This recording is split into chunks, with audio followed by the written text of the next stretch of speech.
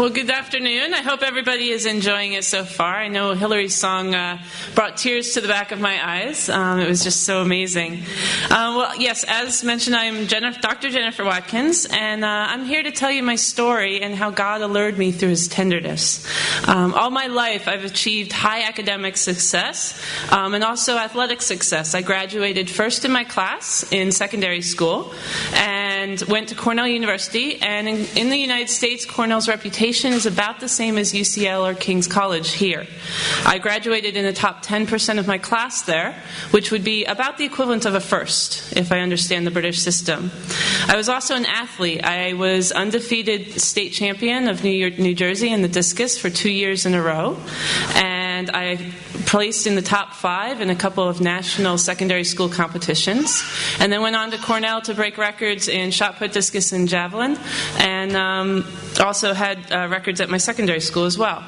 But even in school, I knew that success was only fleeting, and it wasn't really the path to true happiness. Growing up, I was never really good socially with people or in relationships, and I was one of those kids who is often by themselves. I was awkward socially. I took rejection hard, and because I was awkward, I got a lot of teasing and a lot of rejection. So you can imagine how that would build on itself over and over and over again. My parents took really good care of me. My dad, as mentioned, was British, and my mother is American. So we'd go over here often to visit my grandmother, and so we had great family vacations. But I was an only child, and my parents were not exactly good with emotions themselves.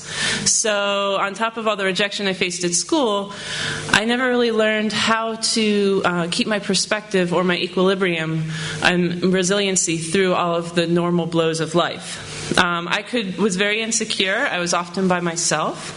And I can remember having this clenched feeling in my stomach when I was around people. I didn't have a lot of confidence. And in fact, the only confidence I had was that at some point in time, I would do something or say something that would have people reject me, tease me, or criticize me, or push me away. So by the time I left school, I was very, very withdrawn. And not only did I struggle with the rejection, but I struggled with the shame of it. Because if you grow up in modern-day society, you absorb this idea that it's great to be successful in school and great to be successful in sports, but it's incomplete if you're not successful socially as well. And so I had this shame that, people weren't liking me and I didn't know why, and it was kind of this thing that I felt helpless about because I didn't even know why, so I couldn't change it.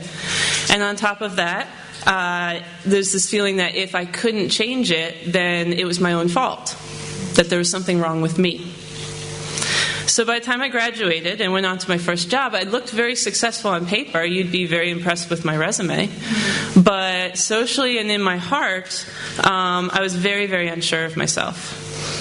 Despite going to church and despite being part of religious activities, I didn't really have my needs at a heart level really taken care of, or really anybody to hold my hand and help me grow.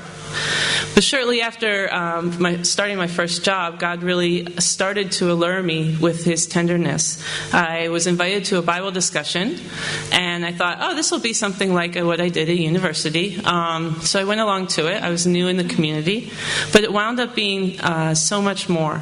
We did some very intense studies through the Bible, and I found the foundation for a relationship with God that at the time I didn't even realize I was looking for. And studying the Bible also really introduced me to see Jesus apart from all the church services I'd gone to growing up, and see Him for who He was. And here was someone who understood where I was coming from. He understood what it was like to feel like the whole world was against him. And in my case, it was probably in my head as much as anything else. People, if they were not being nice to me, it was probably through indifference. But with Jesus, if you read the accounts of the cross, the rejection and everything that He felt was because people actually were out to kill Him, and were actually, attacking Him through spite and through malice. And if you look at the account of the cross, it shows the full extent of this. That you have the chief priests and the elders, the religious leaders of His day, making fun of Him as He's hanging on the cross. You have the soldiers being the ones to also make fun of Him. You have even the thieves on either side inside of him who are going through the same torment, they can't even have the heart to like be sympathetic. Instead, they're making fun of him. It's like there's nobody on his side at that point. And they're making fun of him for who he was and what he believed. And I saw someone also who had complete vulnerability and strength. He was dying, he was naked, he was beaten, and this was all before people who were so blind that their only response was to mock him. It connected with me on such a deep level because it was so different than how I wanted to respond. My silence when people made fun of me was out of helplessness and shame and, feeling like, why can't I strike back? But his silence was one of strength and forgiveness and love. He was taking on all of the evil that people were doing and refusing to strike back, refusing to give it back. If you read 1 Peter 2, 23 and 24, it reads, when they hurled their insults at him, he did not retaliate. When he suffered, he made no threats. Instead, he entrusted himself to him who judges justly. He himself bore our sins in his body on the tree so that we might die to sins and live for righteousness. By his wounds we have been healed. And you can see examples of that throughout the account of the crucifixion. He says, Father, forgive them, for they know not what they do. He's taking care of his mother while he's gasping for breath. And he's also forgiving one of the thieves who actually has a change of heart later on. His heart was to love. His heart was to give. And since then, over the last 18 years, the more I read of the Bible, the more I see God's humility, his vulnerability, and his tenderness all throughout the Bible. I tended to see the scriptures from a human point of view and wonder about God, but when I read them from God's point of view, I could see a God that was like, why would he hold out his hand and have so much tenderness and compassion to us with all that we've done to him? And I've been far from perfect in imitating Jesus. I can still feel withdrawn. I can still not be able to deal with anger and criticism too well. These are still things that I'm working on. But this has profoundly changed how I do what I do and why I do it. I went back for a PhD, but it wasn't to escape the world. It was to be able to be trained to teach. As a vocation, I'm a teacher.